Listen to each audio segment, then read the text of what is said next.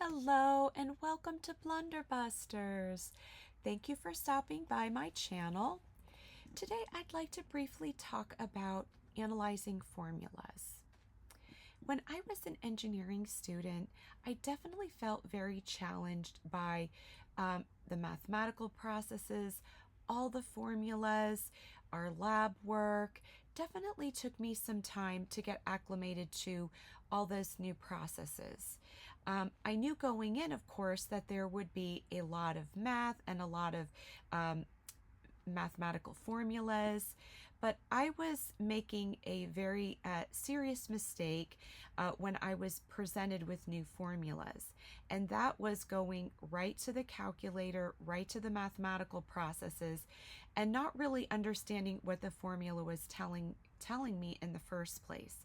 And so we want to blunderbuss that habit of going right to the calculator, right to the numerical value, and not really understanding exactly what the formula is telling us in the first place. Okay, we want to get into a better habit of analyzing formulas. Okay, regardless of what major you're in, whether it's a science, engineering major, or any major, when we're presented with a mathematical formula or when we're analyzing a situation and we're being presented with a formula, okay, we want to avoid going right to the math, right to the calculator, okay, and taking a step back and observing exactly what the formula is telling us. It will make a huge difference moving forward in analyzing more involved formulas, working with more involved mathematical processes. So, what we want to do first is just kind of gaining an idea or an understanding of the storyline or the main idea of our formula. What exactly is the formula trying to tell us? Okay. The second question we should be asking is saying, okay, well, what are the units involved in this storyline? And I'd like to say our units are like the characters of a story, right? So we have our characters, we have our main idea, our thesis statement, our plot from our formula. Okay, and now we can say, all right, well, how are these units related to one another? Okay, what is the relationship? Are we dividing? Are we multiplying? Are we adding, subtracting? Okay, whatever the case may be, we want to be able to kind of take a peek at what the units are doing, how they're related to one another. Okay, and by having these kind of questions answered by analyzing that formula a little bit, it will help us to double check our answers when we are ready to process our mathematical steps and plug our numbers into our calculator. Okay, so let's use Ohm's law as an example. It is definitely my favorite formula. My background is in electrical and electronic engineering, so of course I love Ohm's law. Okay, let's go to the whiteboard here.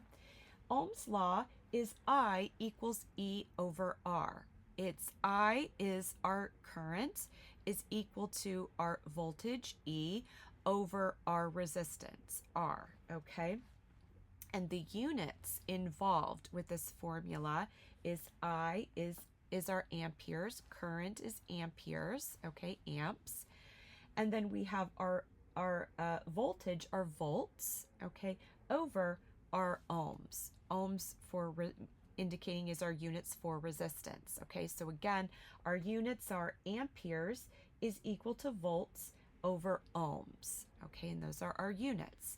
Then we can say, all right, well, what's the relationship to one another? How do these relate to one another? So if we're presented with a circuit analysis problem, if we're presented with an application, how do we see these units in relation to one another? Okay, so in this situation, I always like to hone in on the denominator. Okay, there is an inverse. Amperes and ohms are inversely proportional to one another. Okay, and what that means is when current is increasing, then we know our resistance or ohms is going to decrease. Okay, so again, when our amperes or current is increasing, then we know our resistance or ohms is going to be decreasing, and vice versa.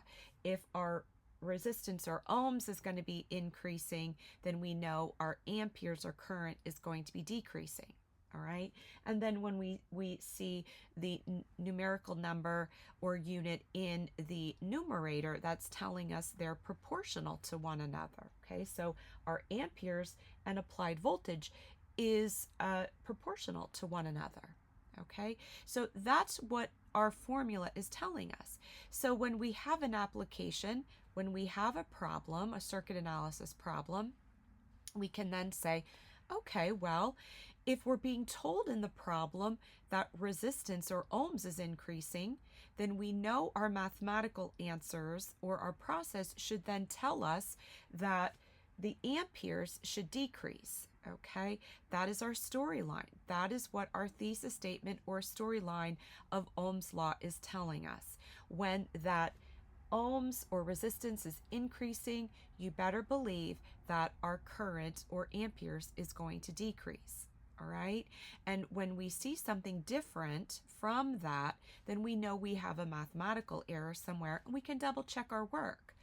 And that is where I was going wrong. I was getting answers, and sometimes they weren't correct because I wasn't processing the formula first, understanding our storyline, understanding those unit relationships to one another.